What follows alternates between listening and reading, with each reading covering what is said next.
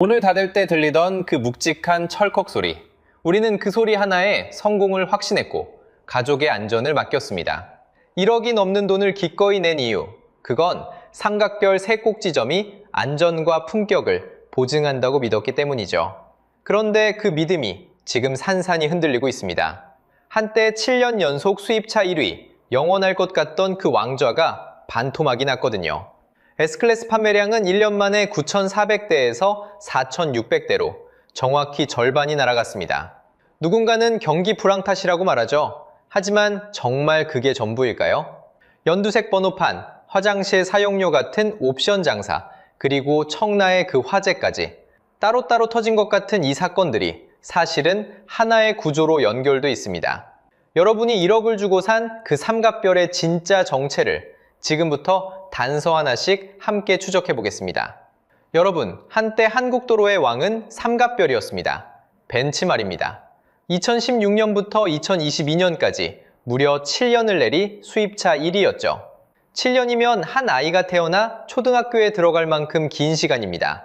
그동안 벤츠는 단 한 번도 정상을 놓치지 않았습니다. 2022년엔 한 해 8만 대를 넘겨 팔았습니다. 하루에 200대가 넘습니다. 도로 곳곳에서 삼각별이 빛나던 시절이었죠. 그 시절 사장님들을 한번 떠올려 보세요. 식사 자리에서 삼각별 키를 테이블에 툭 올려놓던 그 장면 말입니다. 굳이 말하지 않아도 됐습니다. 그 키 하나가 곧 성공의 증표였거든요. 사람들의 시선이 그 키로 모이는 게 당연했죠. 누군가는 그 키를 부러운 눈으로 바라봤고 또 누군가는 언젠가 나도 저 별을 달겠다고 다짐했습니다. 그게 벤츠라는 이름이 가진 힘이었어요. 그런데 그 왕좌가 무너집니다. 2023년 BMW가 8년 만에 1위를 탈환합니다. 벤츠는 2위로 밀려났죠. 여기까진 그래도 견딜만 했습니다. 진짜 추락은 그 다음 해부터였거든요. 2024년 벤츠는 본격적으로 가라앉기 시작합니다. 가장 상징적인 차가 바로 S클래스입니다. 벤츠의 얼굴이자 자존심이죠. 이 차가 2023년엔 9,409대 팔렸습니다. 그런데 2024년엔 4,679대로 주저앉습니다. 딱 반토막입니다. 어제까지 2대 팔리던 게 오늘은 1대로 줄어든 셈이에요. 도대체 무슨 일이 있었던 걸까요? 천하의 벤츠가, 그것도 유독 한국에서만 왜 이렇게 빨리 무너진 걸까요? 자, 여기서 첫 번째 단서가 등장합니다. 거창한 사건이 아닙니다. 그냥 색깔 하나입니다. 바로 연두색이죠. 2024년 1월 1일 한 가지 제도가 시행됐습니다. 취득가 8천만 원이 넘는 법인차에는 연두색 번호판을 의무로 달게 한 겁니다. 왜 하필 법인차였을까요? 한국 고가차 시장의 비밀이 여기 있습니다. 비싼 차일수록 회사 이름으로 사는 경우가 많거든요. 이유는 절세입니다. 회사 차로 등록하면 그 값이 비용으로 처리되거든요. 그만큼 회사가 낼 세금이 줄어드는 거죠. 쉽게 말하면 내 차인데 세금은 회사가 깎아주는 구조였습니다. 그러니 비쌀수록 법인 명의가 유리했죠. 실제로 마이바흐 S클래스는 법인 비율이 75.6%에 달합니다. 4대 중 3대가 회사차라는 뜻입니다. 일반 S클래스도 둘 중 한 대는 법인 명의였습니다. 그러니까 이 시장을 떠받친 진짜 기둥은 절세를 노린 법인 수요였던 거예요. 그런데 연두색 번호판이 그 기둥을 흔들어 버립니다. 예전엔 비싼 차가 부러움의 대상이었죠. 그런데 이제는 다릅니다. 연두색 번호판이 붙는 순간 저 사람은 회사 돈으로 세금을 아끼며 호강한다는 표식이 돼버린 겁니다. 도로 위에서 멀리서도 한눈에 보이거든요. 신호대기에 서 있기만 해도 옆 차선의 시선이 따라옵니다. 자랑이 한순간에 눈총으로 바뀐 거죠. 결과는 숫자가 말해줍니다. 제도가 시행된 뒤 S클래스의 1월부터 5월까지 신차 등록은 1년 전보다 62.9% 줄었습니다. 절반을 훌쩍 넘게 사라진 겁니다. 삼각별 키를 자랑스럽게 올려놓던 그 사장님이 이제는 연두색 번호판 앞에서 잠시 머뭇거리기 시작한 거예요. 그런데 말입니다. 번호판 색 하나로 1위가 무너졌다는 건 너무 단순한 설명이죠. 진짜 단서는 그 다음부터입니다. 차값을 다 치르고도 이미 달린 기능을 쓰려면 또 돈을 내야 했다면 어떨까요? 자, 첫 번째 단서가 번호판이었다면 두 번째 단서는 견적서 한 장입니다. 여러분, 신형 E클래스 시작 가격이 얼마인지 아세요? 7,390만 원입니다. 이미 적은 돈이 아니죠.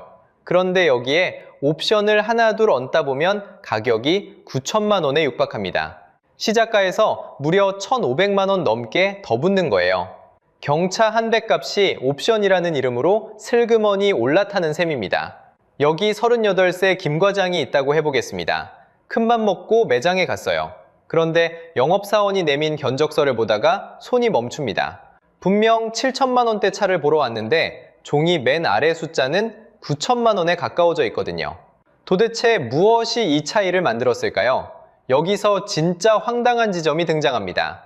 어떤 기능은 부품이 이미 차에 달려있는데도 돈을 더 내야 켜진다는 겁니다. 대표적인 게 뒷바퀴 조향 기능입니다. 차의 뒷바퀴까지 살짝 같이 꺾여서 좁은 골목에서 차를 훨씬 편하게 돌리는 기능이에요. 그런데 벤츠는 유럽 일부 나라에서 이 기능을 어떻게 팔까요? 하드웨어, 그러니까 부품은 공장에서 이미 다 장착해 놓습니다. 대신 소프트웨어로 잠가둡니다. 그리고 이 잠금을 풀어주는 대가로 연간 약 70만 원의 구독료를 받습니다. 쉽게 말하면요, 이미 내 차에 달린 부품을 쓰려고 매년 돈을 내는 구조인 겁니다. 다시 한번 강조할게요. 여기서 말하는 구독은 유럽 일부 국가 기준입니다. 한국 전체가 이렇다고 단정하면 안 됩니다. 그래도 소비자가 느끼는 감정은 똑같습니다. 이걸 경제학에서는 가격 차별이라고 부릅니다. 같은 물건을 사람과 상황에 따라 다른 값에 파는 전략이죠. 그리고 한번 벤츠를 산 사람은 정비도, 부품도, 다음 차도 벤츠에 묶이기 쉽습니다. 이걸 전환 비용이라고 합니다. 다른 곳으로 갈아타는 데 드는 보이지 않는 비용이에요. 비유하자면 이런 겁니다. 아파트를 비싸게 분양받았는데 화장실 문을 열 때마다 따로 사용료를 내라는 격이죠.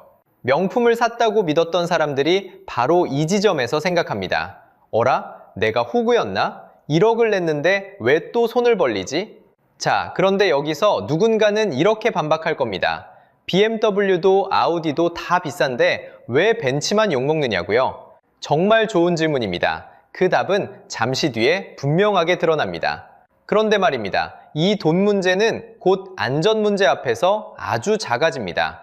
자, 이제 세 번째 단서를 따라가 보겠습니다. 2024년 8월 1일 인천 청라의 한 아파트 지하주차장이었습니다.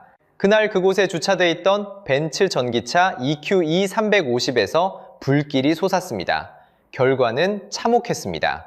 차량 87대가 흔적도 없이 타버렸고 783대가 검게 그을렸습니다. 주민 23명이 매캐한 연기를 마시고 병원으로 실려갔습니다. 불을 잡는 데만 5시간 39분이 걸렸습니다. 전기가 끊기고 물이 끊겨 주민들은 한여름 무더위 속에 살던 집을 비워야 했습니다. 잠깐 생각해 보세요. 멀쩡히 세워둔 내 차가 옆차 때문에 잿더미가 되고 우리 가족이 한밤중에 맨발로 뛰쳐나오는 상황을요. 누구의 잘못도 아닌데 삶이 통째로 멈춰버린 겁니다. 우리는 벤츠라는 이름 하나에 그 안전을 믿고 1억을 냈습니다. 그 삼각별이 곧 안전의 보증수표라고 믿었으니까요. 그런데 정말 그 삼각별이 안전했을까요? 그런데 여러분, 여기서 진짜 문제는 불 그 자체가 아니었습니다. 도대체 그 비싼 독일차 안에 무엇이 들어있었느냐? 그게 핵심이었습니다. 1억짜리 명품의 심장은 결국 배터리입니다. 그 EQE에 실려있던 배터리는 중국 파라시스라는 회사 제품이었습니다. 세계 점유율 1% 안팎, 우리는 이름조차 들어본 적 없는 분소업체입니다. 더 놀라운 건 이 회사가 2021년 3월 중국에서 화재 위험 때문에 대규모 리콜을 했던 전력이 있다는 사실입니다. 한번 불이 날 뻔해서 회수까지 했던 부품이 한국 소비자의 차 밑바닥에 그대로 깔려 있었던 겁니다.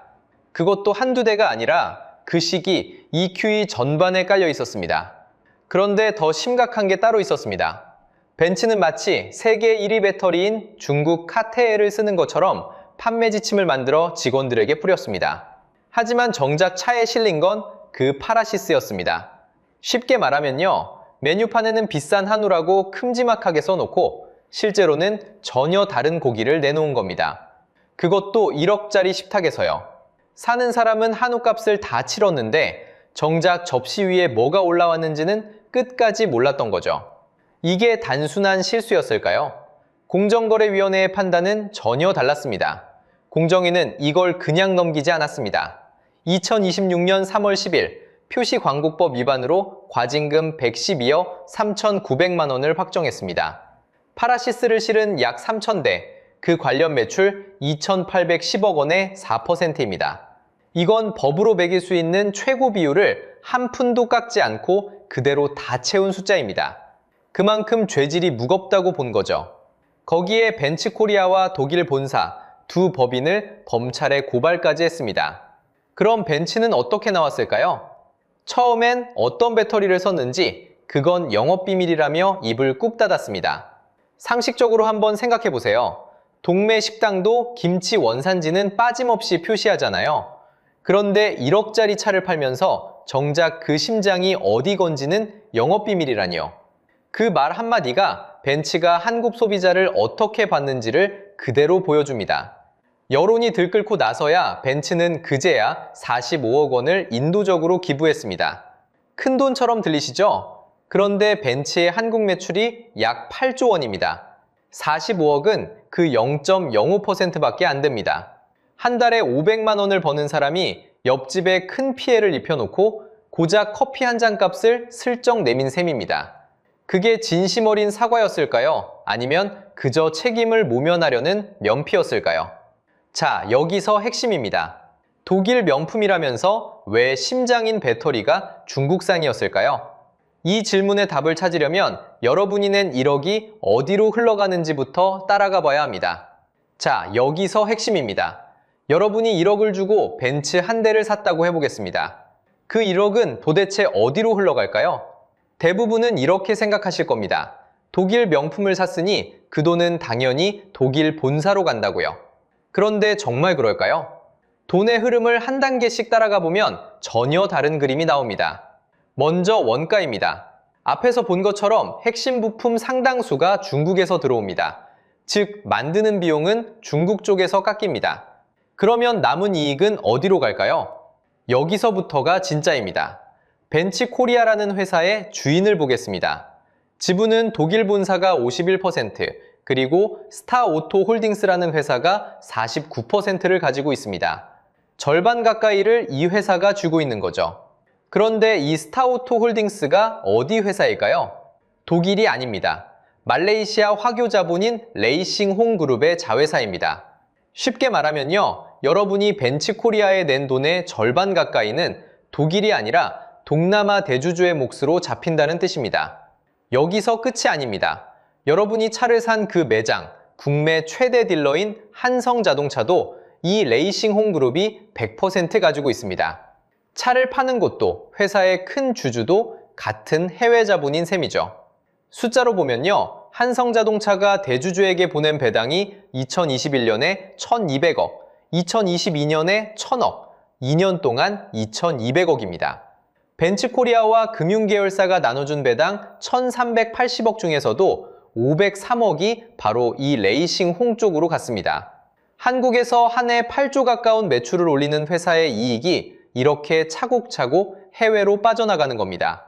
이걸 경제학에서는 포로 시장이라고 부릅니다. 한번 그 브랜드에 들어가면 다른 선택지가 마땅치 않아서 부르는 값을 그냥 치를 수밖에 없는 시장을 말하는 거죠. 42살 김 사장님이 계셨습니다. 평생 일해서 처음으로 1억짜리 벤츠를 뽑은 분이죠. 이 구조를 듣고 한참을 가만히 있다가 이렇게 되물었습니다. 그럼 나는 도대체 누구한테 돈을 준 거냐고요? 자, 정리해 보겠습니다. 원가는 중국 부품으로 깎이고 남은 이익은 독일이 아니라 동남아 대주주에게 배당으로 갑니다. 결국 1억짜리 독일 명품을 샀는데 그 돈이 독일로도 다 안 갑니다. 다시 말씀드립니다. 1억을 냈는데 그 돈의 상당액은 독일이 아니라 바다 건너 다른 주인에게 흘러갑니다. 그런데 여기서 한 가지 질문이 남습니다. 원가를 중국 부품으로 깎았다면 그 중국은 단순한 납품업체였을까요? 여기서부터가 진짜 핵심입니다. 자, 여기서 핵심입니다. 지금까지 우리는 청라의 화재를 쫓고 연두색 번호판을 쫓고 무너진 할인의 방어선을 쫓아왔습니다. 단서가 꽤 쌓였는데요. 이제 마지막 문 하나만 열면 됩니다. 그리고 그 문 귀에 이 영상의 진짜 정체가 숨어 있습니다. 그래서 벤츠는 독일 회사가 맞긴 한 걸까요? 겉은 누구나 아는 그 화려한 삼각별입니다. 그런데 그 속을 천천히 열어보면요, 우리가 전혀 예상하지 못한 낯선 이름들이 줄지어 나옵니다. 벤츠그룹 본사의 일대 주주가 중국 국유기업 베이징차입니다. 지분은 9.98%. 그런데 2대 주주가 또 중국이에요. 지리차의 리슈프 회장 쪽이 9.69%를 쥐고 있습니다. 이 두 중국 기업을 합치면 약 19.67%, 거의 5분의 1입니다. 참고로 3대 주주는 중동의 쿠웨이트 투자청으로 5.57%고요. 그러니까 정리하면 100년 넘은 독일 명품의 가장 큰 두 주인이 다름 아닌 중국인 거예요. 여러분이 1억을 주고 산 그 독일 명품의 족보가 생각보다 훨씬 복잡했던 겁니다. 여기까지 들으면 많은 분들이 이러실 겁니다. 거봐, 그럼 벤츠는 이제 그냥 중국 회사 아니냐? 그런데 바로 이 지점에서 우리는 아주 정확해야 합니다. 잘못 단정하면 그냥 혐오가 되니까요. 중국 자본의 영향력이 커진 건 분명한 사실입니다. 하지만 중국이 벤츠를 통째로 장악했다는 건 솔직히 과장이에요. 쉽게 말하면요, 한 회사의 중요한 결정을 좌우하려면 보통 지분이 25%는 있어야 합니다. 19.67%로는 아직 모자라죠.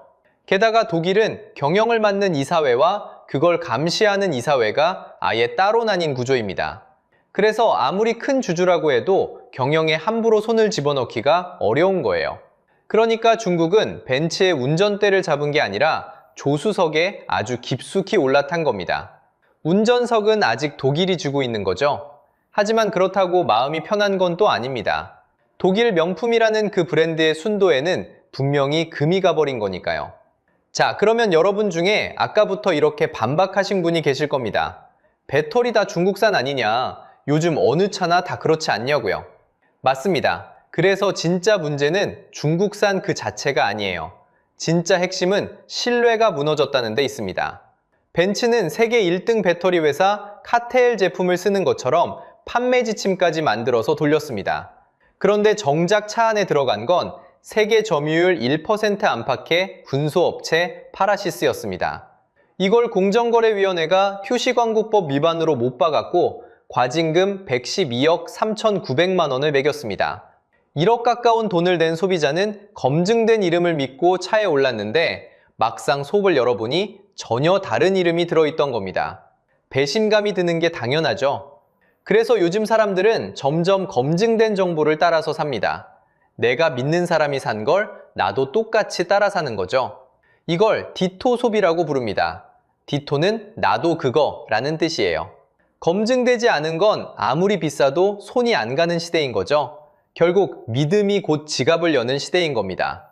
그런데 그 믿음의 사슬이 한번 끊어지는 순간 1억짜리 삼각별은 그냥 비싸기만 한 의문부호로 변해버리는 거예요. 화려한 별만 보고 올라탔는데 그 별을 바치고 있던 믿음이 사라진 셈이죠. 그래서 이건 단순히 중국이 싫다는 감정의 문제가 아닙니다. 내가 믿고 낸 돈의 약속이 통째로 무너진 신뢰의 문제인 겁니다. 그게 지금 벤츠가 한국에서 맞닥뜨린 진짜 위기의 정체예요. 그렇다면 같은 수입차인데 이 길을 끝까지 피해간 회사는 정말 없었을까요? 있었습니다. 그것도 아주 가까운 바로 옆 동네예요. 여기서 한 가지 질문이 남습니다. 그럼 저는 이제 무엇을 믿고 차를 골라야 할까요? 답을 찾기 위해 바로 옆자리를 한번 보겠습니다. 같은 시기, 같은 한국 시장에서 정반대의 길을 택한 회사가 있었거든요. 바로 BMW입니다. BMW는 2014년 인천 영종도에 950억 원을 들여 드라이빙 센터를 지었습니다. 2017년에는 안성에 1,300억 원짜리 부품 물류센터를 세웠고 2024년에는 청라 연구개발센터를 약 700억 원을 들여 확장했습니다. 그리고 2010년부터 2024년까지 한국 부품회사들에서 사들인 부품이 무려 37조 원어치입니다. 쉽게 말하면 한쪽은 한국을 그저 돈만 뜯어가는 시장으로 봤고 다른 한쪽은 함께 돈을 버는 동업자로 본 겁니다. 그동안 우리가 막연히 느꼈던 홀대라는 감정, 그게 그냥 예민한 기분 탓이 아니었던 거예요. 시장은 그 차이를 정확히 알아봤습니다. 2025년 한 해 동안 BMW는 7만 7천여 대, 벤츠는 6만 8천여 대가 팔렸습니다. 왕좌의 주인이 바뀐 거죠. 자, 여기서 핵심입니다. 비싸다고 해서 다 명품이 되는 게 아닙니다. 진짜 명품은 신뢰가 명품입니다. 샤넬 가방이 샤넬인 이유가 뭘까요? 오늘 사나 내일 사나 그 값이 좀처럼 흔들리지 않기 때문입니다. 한 번 산 사람이 손해보지 않는다는 그 믿음, 그게 바로 명품의 진짜 정체예요. 그런데 벤츠는 1위를 지키겠다고 무할인 불문율을 스스로 깼습니다. 좀처럼 깎아주지 않던 차를 대규모로 할인하고 재고를 떨어내기 시작한 거죠. 그 결과 어제 1억을 주고 산 차의 중고 가격이 오늘 흔들리기 시작했습니다. 가격을 지켜주던 가장 비싼 부품, 바로 신뢰가 빠져버린 겁니다. 물론 벤츠도 가만히 있지는 않습니다. 2026년 4월 벤츠는 삼성 SDI와 약 10조 원 규모의 배터리 공급 계약을 맺었습니다. 2028년형 전기차부터는 한국산 배터리가 들어갑니다. 그동안 따라붙던 중국산 꼬리표를 떼려는 안간힘이죠. 같은 달에는 본사가 가격을 직접 관리하는 정찰제, 이른바 미래형 판매 방식도 시작했습니다. 전국 어디서 사든 똑같은 값을 내도록 못을 박은 겁니다. 한국에서 처음으로 신차를 세계 최초로 공개했고 새로 단장한 S클래스 사전 계약도 받기 시작했습니다. 분명 달라지려는 몸짓입니다. 그런데 여기서 우리가 절대 놓치면 안 되는 게 있습니다. 옷은 갈아입었지만 그 안의 골격은 그대로라는 겁니다. 지분 구조도 한국 소비자가 낸 돈이 결국 해외로 빠져나가는 그 길도 바뀐 게 없거든요. 겉포장만 새 것일 뿐 돈이 흐르는 방향은 어제와 똑같은 거예요. 그렇다면 벤츠는 잃어버린 신뢰를 다시 회복할 수 있을까요?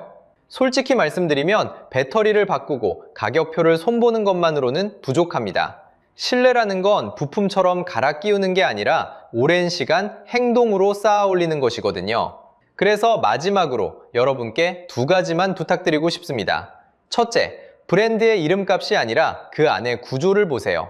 내가 낸 이 돈이 결국 어디로 흘러가는지, 누구의 주머니로 들어가는지를 한 번만 따져보는 겁니다.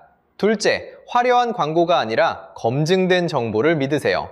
멋진 수식어 뒤에 숨은 진짜, 그러니까 누가 만들었고 어디서 왔는지를 확인하는 습관 하나면 충분합니다. 사실 저는 벤츠가 미워서 이 이야기를 꺼낸 게 아닙니다. 한때 우리 모두가 동경했던 삼각결이기에 그 빛이 바래는 모습이 더 아픈 거예요. 사랑했기 때문에 더 아쉬운 겁니다. 여러분이라면 어떠신가요? 지금 이 순간 다시 벤츠를 사시겠어요? 댓글로 여러분의 솔직한 생각을 들려주세요. 그리고 다음 영상에서는 더 큰 이야기를 준비했습니다. 벤츠 뒤에서 조용히 몸집을 키우던 중국 자본이 이번엔 우리 한국 완성차 업계를 통째로 노리고 있다는 이야기입니다. 오늘 영상이 유익하고 재미있으셨다면 구독과 좋아요 부탁드리겠습니다. 영상 제작에 큰 힘이 됩니다. 다음 영상에서 뵙겠습니다. 단 한 대로부터 안 된다. 현대차 노조가 올해 1월 던진 이 한마디. 그 시간 사측은 미국 조지아에 로봇 1000대를 조용히 깔고 있었습니다. 노조가 외친 성과급은 3조 1000억, 1인당 6천만 원. 그런데 같은 분기 사측의 영업이익은 30% 넘게 증가했습니다. 회사는 손해보는데 노조는 3조를 달라. 사측은 어떻게 응수했을까요? 면전엔 현실 직시하라고 일침, 등 뒤로는 조용히 한국을 떠나고 있었습니다. 끝까지 보시면 이 3조짜리 파업이 어떻게 여러분 자녀의 일자리까지 집어삼키는 도미노가 되는지 정확히 보여드리겠습니다. 여러분 잠깐 상상해보세요. 옆자리 동료가 어제 사장님 책상에 1억 보너스를 요구하는 청구서를 올렸습니다. 그런데 같은 날 회사 1분기 손익보고서엔 영업이익이 30% 넘게 증발했다고 찍혀있죠. 도대체 무슨 일이 벌어진 걸까요?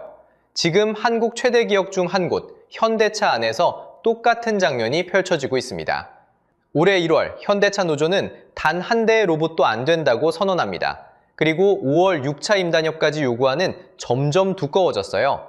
기본급은 월 14만 9,600원 인상, 성과급은 순이익의 30%, 무려 3조 1,094억입니다.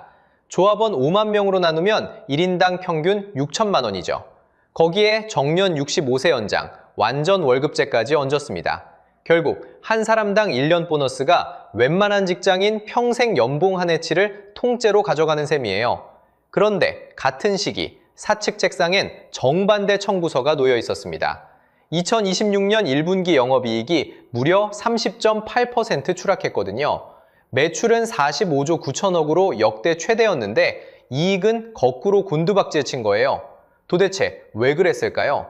미국발 관세 한 방에 8,600억이 그대로 증가했기 때문입니다. 쉽게 말하면 팔아도 손에 안 남는 구조라는 뜻이에요. 자, 정리해볼까요? 회사는 손해 청구서를 받았는데 직원은 보너스 6천만 원을 더 달라. 넥타이 메고 출근하는 직장인 감각으로 한번 생각해보세요. 옆자리 동료가 작년에 좀 벌었다고 올해 보너스 6천만 원 더 달라고 한다면 어느 사장님이 뒷목 안 잡으시겠어요? 그것도 현대차 생산직 평균 연봉이 이미 1억 3천만 원인 회사에서 말이죠. 일반 직장인 두세 명 연봉을 한 사람이 받고 있다는 얘기입니다. 누가 봐도 한쪽으로 기울어진 청구서예요. 그런데 여기서 노조 욕심이 과하네 하고 넘어가면 이 사건에 반도 못 본 겁니다. 진짜 핵심은 성과급 숫자 뒤에 따로 있거든요. 자, 여기서 핵심입니다. 노조 요구안을 다시 펼쳐보면요. 성과급 3조보다 더 무서운 카드가 따로 숨어 있어요. 바로 정년 65세 연장과 청년 신규 정규직 대규모 충원, 이 두 가지를 동시에 요구한 겁니다. 상식적으로 생각해보세요. 한 사무실에 책상 100개가 있다고 해보세요. 기존 직원 100명을 5년 더 앉혀두면서 신입까지 새로 뽑겠다는 소리입니다. 쉽게 말하면요, 같은 의자에 두 사람을 앉히겠다는 노림수예요. 한경협 추계로는 정년 65세 연장이 자리 잡으면 수십조 규모의 인건비 부담이 산업 전체에 깔립니다. 청년 90만 명, 한 해 월급에 맞먹는 돈이에요. 그런데 정작 청년들은 어떨까요? 작년 현대차 기술직 공채 400명 모집에 지원자가 약 40만 명이 몰렸습니다. 1000대 1입니다. 자, 그러면 완전 월급제는 또 뭐냐? 시급제를 없애고 월급제로 바꾸자는 거예요. 여러분, 이게 왜 핵심이냐면요. 시급제일 땐 라인이 멈추면 임금도 깎입니다. 그런데 월급제로 바꿔두면 옆에서 로봇이 일을 하든 라인이 비든 임금은 그대로 들어와요. 쉽게 말하면 로봇이 들어와도 노조 손익을 방어해주는 보험을 미리 들어두자는 겁니다. 결국 이번 요구의 진짜 시야는 임금이 아니에요. AI와 로봇 시대에 한국 공장의 주도권을 누가 쥐느냐, 그 싸움입니다. 게다가 한국노동법은요, 자동화 설비 도입할 때 노사협의가 사실상 필수예요. 기아노조는 단협에 신기술 도입 시 통보를 협의로 격상시켜 놨습니다. 이게 바로 수술 동의서 비유예요. 수술실 문 열려면 가족 전원 동의서를 받아야 되는데 환자는 이미 숨이 가빠지고 있는 구조예요. 사측 입장에선 칼을 들어 자동화살을 도려내야 하는데 동의서가 안 나오니 손이 묶입니다. 작년 단 3일 부분 파업으로도 약 4천억 손실이 났거든요. 그러면 이런 생각하실 수 있어요. 노조가 어쩌라고? 답은 사측이 이미 꺼냈습니다. 사측은 노조와 싸우지도 굽히지도 않았습니다. 제3의 길을 골랐거든요. 자, 여기서 핵심입니다. 사측이 왜 한국을 떠나는지 이해하려면 공장 안 풍경을 먼저 보셔야 합니다. 숫자로 보면요, 그림이 단번에 그려집니다. 한국 울산 공장은 한 사람이 1년에 자동차 약 44대를 만듭니다. 그런데 미국 엘라베마 공장은 같은 한 사람이 84대를 뽑아내거든요. 거의 2배 차이입니다. 같은 회사, 같은 브랜드, 같은 자동차예요. 그런데 생산량은 절반 수준입니다. 공장 라인 길이가 다른 것도 아니고 차종이 더 어려운 것도 아니에요. 그러면 임금은 어떨까요? 상식적으로 생각하면 일을 적게 한 쪽이 덜 받아야 맞습니다. 그런데 반대거든요. 한국 9년차 이상 생산직 평균 연봉은 약 1억 3천만 원입니다. 미국 공장 인건비보다 오히려 한국이 높아요. 더 적게 만들고 더 받는 구조인 거예요. 옆 팀 직원이 내 일의 절반만 하는데 월급은 더 받는다고 상상해 보세요. 게다가 그 팀이 매년 보너스를 더 달라고 외친다고요. 어느 회사 사장님이 그 팀에 라인을 더 깔아주겠습니까? 여기에 노조는 한 발 더 들어갑니다. 올해 6차 임단협에서 노조가 요구한 주 4.5일제, 매주 금요일 4시간 근무. 사측 답변은 이거였어요. 도입 시 국내 생산의 약 9%, 연 16만 대가 차질을 빚는다. 9%라는 숫자 가볍게 들리실 수 있는데요. 쉽게 말하면 울산 공장 한 동이 통째로 일주일에 반나절씩 멈춰서는 셈입니다. 그 멈춘 시간만큼 차는 안 나오고 미국 딜러는 발만 동동 구릅니다. 자, 이제 데이터만 놓고 정리해 보겠습니다. 한국 44대 대 미국 84대. 평균 연봉은 한국이 더 높습니다. 6차 임단협 사측 자료는 주 4.5일제 도입 시 국내 생산의 9%가 추가로 빠진다고 밝혔습니다. 여기에 한국 노동법은 자동화 라인 하나 까는데도 노조 협의가 필수예요. 사측 입장에선 어느 쪽 라인을 늘리고 어느 쪽을 줄일지 계산기를 두드릴 필요조차 없습니다. 그런데 노조 관점에서는 한국 공장이 황금거위입니다. 적게 일하고 많이 받는 이 구조를 지키는 게 최우선이에요. 그래서 정년 연장과 완전 월급제로 의자를 고정하려 합니다. 그래야 라인이 줄어도 4시간만큼은 보장되니까요. 결국 노조 입장에선 이 공장이 영원히 돌아가야 합니다. 사측 입장에선 이 공장이 영원할 필요가 없습니다. 같은 라인을 두고 두 사람이 정반대 그림을 보고 있는 거예요. 그런데 이쯤에서 사측의 진짜 패가 드러납니다. 노조가 절대 못 본 카드였죠. 자, 이제 사측이 꺼낸 카드를 보실 차례입니다. 이거 들으시면 등골이 좀 서늘해지실 겁니다. 미국 조지아주에 현대차그룹 메타플랜트, 줄여서 HMGMA라는 공장이 있습니다. 지금 일하는 사람이 약 1,700명인데 깔린 로봇이 1,000대가 넘습니다. 사람 1.7명당 로봇 한 대꼴이거든요. 풀가동 가면 협력사까지 묶어 직원 8,500명, 연 50만 대까지 늘립니다. 여러분, 잠깐 생각해 보세요. 한국 노조가 단 한 대의 로봇도 안 된다고 외친 그 시간, 사측은 미국에 조용히 1,000대를 깔고 있었습니다. 그런데 진짜 핵심은 따로 있습니다. 그 로봇을 만드는 회사도 현대차그룹 식구거든요. 보스턴 다이내믹스라는 미국 로봇 회사, 지분 100%가 현대차그룹 손에 있습니다. 2025년 8월에 약 1.3조 원 유상증자로 실탄을 채웠고 2026년 하반기 미국 나스닥 상장이 예정돼 있습니다. 시장 추정 몸값은 수십조 원대, 보도에 따르면 최소 50조 이상입니다. 노조가 파업할수록 이 회사 몸값은 더 뛰는 구조거든요. 이 회사 대표 작품이 아틀라스라는 인간형 로봇입니다. 2028년부터 조지아 공장에 투입돼 부품을 나르고 2030년부턴 조립 라인까지 들어갑니다. 쉽게 말해 처음엔 부품 옮기다가 나중엔 사람 옆에서 차를 직접 조립하는 겁니다. 상식적으로 사측 선택지는 둘뿐이었습니다. 노조랑 정면으로 붙거나 굽히고 돈 더 주거나. 그런데 사측은 제3의 길을 골랐습니다. 싸움도 굴복도 아닙니다. 싸움판 자체를 미국으로 옮겨버린 거예요. 이혼 소송이 길어지면 한쪽이 아예 해외로 자산을 빼돌리는 경우 있잖아요. 본질적으로 같은 구조거든요. 영끌에서 산 아파트를 버티다 결국 손절하고 다른 동네로 이사가는 그 패턴입니다. 이 결정의 진짜 무게를 알려면 돈으로 계산해봐야 합니다. 자, 여기서 핵심입니다. 사측이 왜 미국으로 짐을 쌌는지, 그 진짜 이유는 회의실 칠판이 아니라 계산기에 적혀 있거든요. 숫자로 보면요, 너무 단순해서 오히려 소름이 끼칩니다.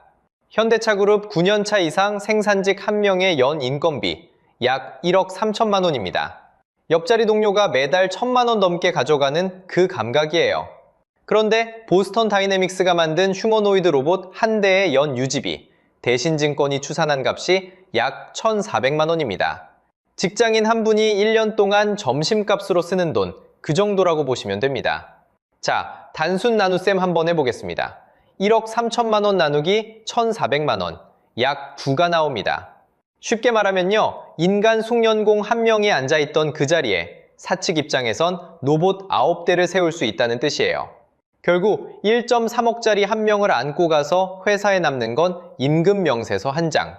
1,400만 원짜리 9대를 굴리면 그 자리에 24시간 라인이 남습니다. 같은 보고서가 더 무서운 그림을 그립니다. 현대차 국내 생산직 가운데 10%만 휴머노이드로 바꿔도 연 약 1조 7천억 원의 손익이 개선된다고 합니다. 광역시 한 곳의 1년치 예산이 매년 회사 통장에 더 꽂히는 셈이에요. 여기서 노조의 그 숫자를 다시 꺼내보겠습니다. 성과급 요구액 3조 1,094억 원. 이걸 사측시계로 환산하면 어떻게 보일까요? 보스턴 다이내믹스는 2025년 8월에 약 1조 3천억 원짜리 유상증자를 받았습니다. 노조가 1년 보너스로 달라는 그 돈은 무인 공장에 두뇌가 되는 회사에 같은 규모 실탄을 2번 더 쏴줄 수 있는 액수입니다. 상식적으로 생각하면 사측 회의실에 앉은 임원이 어떤 선택지를 들고 있는지 그림이 그려지죠. 왼쪽엔 올해 1년치 보너스 3조, 오른쪽엔 앞으로 30년 돌아갈 무인 공장 한 채. 결국 3조짜리 청구서를 한 번 끊어주면 남는 건 단 1년. 3조를 로봇 쪽으로 옮기면 남는 건 30년짜리 라인. 여러분이 사장이라면 어느 쪽에 도장을 찍으시겠습니까? 경제학에서는 이걸 대체제라고 부릅니다. 쉽게 말하면요, 한쪽 가격이 오르는 순간 사람들이 다른 쪽으로 갈아탈 수 있는 두 상퉁 관계예요. 로봇이 인간의 대체제가 되는 그 순간 임금 협상 테이블의 무게추는 통째로 사측 쪽으로 기울어집니다. 그런데 노조 입장에선 이런 생각이 들 겁니다. 파업으로 막으면 되잖아. 근데 그 카드도 사측이 이미 무력화시켜뒀습니다. 그러면 노조 입장에선 이런 카드를 떠올리시겠죠? 파업으로 막으면 되는 거 아니냐? 그런데 이 카드도 사측이 이미 다른 곳에서 무력화시켜뒀습니다. 그 무력화의 출발점이 바로 노란봉투법입니다. 노조법 2조와 3조를 개정한 법인데요. 어렵게 들리지만 핵심은 두 가지예요. 첫째, 하청 노조가 원청을 직접 상대로 단체 교섭을 요구할 수 있게 됐습니다. 둘째, 파업으로 회사가 손해를 봐도 손해배상 청구가 크게 제한됐어요. 노조 입장에선 무기가 두 자루 더 늘어난 셈입니다. 그래서 어떤 일이 벌어지고 있을까요? 자, 여기서 핵심입니다. 2026년 6월 1일 울산지방노동위원회가 현대차의 사용자성을 판단합니다. 이 영상이 공개되는 시점 바로 직후에 결과가 나오는 거예요. 이미 금속노조는 현대차, 모비스, 위아, 제철, 글로비스 그룹 5개 계열사를 상대로 원청 교섭을 요구한 상태입니다. 정미선 회장이 직접 교섭에 응하지 않으면 3차에 걸친 총파업까지 예고했고요. 노조의 칼끝이 한층 더 날카로워진 거죠. 그런데 여기서 이상한 일이 벌어집니다. 노조가 무기를 강화할수록 사측의 해외 이전 명분이 완성되거든요. 사측 회의실에서 임원들이 뭐라고 말하겠어요? 거봐라, 한국 공장은 너무 불안정하다. 미국 조지아 라인을 더 키우자. 이 한마디면 끝납니다. 그러면 또 이런 생각 드시겠죠? 그럼 노조 없는 공장을 만들면 되는 거 아니냐? 한국에도 그런 모델이 있긴 했습니다. 광주 글로벌 모터스, 줄여서 GGM이라고 부르는 캐스퍼 생산 공장이에요. 원래 무노조 사회적 합의 모델로 출발했습니다. 그런데 2024년 노조가 결성되고 파업이 벌어지면서 그 원래의 무노조 모델은 사실상 종료됐습니다. 한국에서 노조 우회는 어느 길로 가도 결국 닫혀버리는 거예요. 그런데 이거 어디서 많이 본 패턴 아닌가요? 맞습니다. 한국에서 이미 한 번 터졌어요. 은행 얘기 잠깐 해보겠습니다. 4대 은행 점포가 5년 사이에 615곳, 18.6% 사라졌습니다. 동네에서 흔히 보던 은행 지점 5곳 중 한 곳이 통째로 빠진 거죠. 그 시기 4대 은행 순이익은 14조에 가까운 역대 최대였어요. 돈은 더 버는데 사람이 일하던 공간은 빗장이 걸린 채 사라졌습니다. 그때 은행 노조도 똑같이 말했습니다. 우리는 대체 불가능하다. 그런데 모바일 뱅킹이 그 말을 5년 만에 무너뜨렸어요. 지금 현대차 노조 자리에 그때의 은행원을 그대로 겹쳐보세요. 무기는 강해지는데 일하던 공간은 천천히 비어가는 그 그림이 똑같습니다. 이 그림을 한국 안에서만 보면 작아 보입니다. 글로벌 시계는 이미 더 빠르게 돌고 있거든요. 이 그림을 한국 안에서만 보면 작아 보입니다. 그런데 글로벌 시계는 이미 더 빠르게 돌고 있거든요. 잠깐만 시야를 넓혀보겠습니다. 테슬라는 옵티머스 V3의 손 설계 실패를 인정하고 전면 재설계에 들어갔습니다. 그래도 모델 S와 X라인을 줄이면서까지 휴머노이드에 칩을 다 몰아놓고 있어요. BMW는 어떨까요? 미국 스파탄버그 공장에서 피규어 022가 X3 SUV 3만 대 생산에 이미 손을 보탰습니다. BYD는 2025년에 1,500대 안팎을 깔았고 2026년에는 2만 대까지 늘리겠다고 예고했어요. 노르웨이 원엑스의 네오는 캘리포니아 헤이워드 공장이 풀가동에 들어갔습니다. 자, 그러면 한국은요? 국제로봇연맹 2025년 보고서 기준 만 명당 1,220대, 세계 평균의 7.6배입니다. 쉽게 말하면요, 한국은 이미 세계에서 가장 빠르게 무인화된 나라예요. 자동차 전자라인이 그 속도를 끌어올린 주인공이고요. 자, 여기서 핵심입니다. 나는 현대차 안 다닌다는 거리감, 5년이면 무너집니다. 여러분 통장에 직접 청구서가 날아오거든요. 세 장만 보여드릴게요.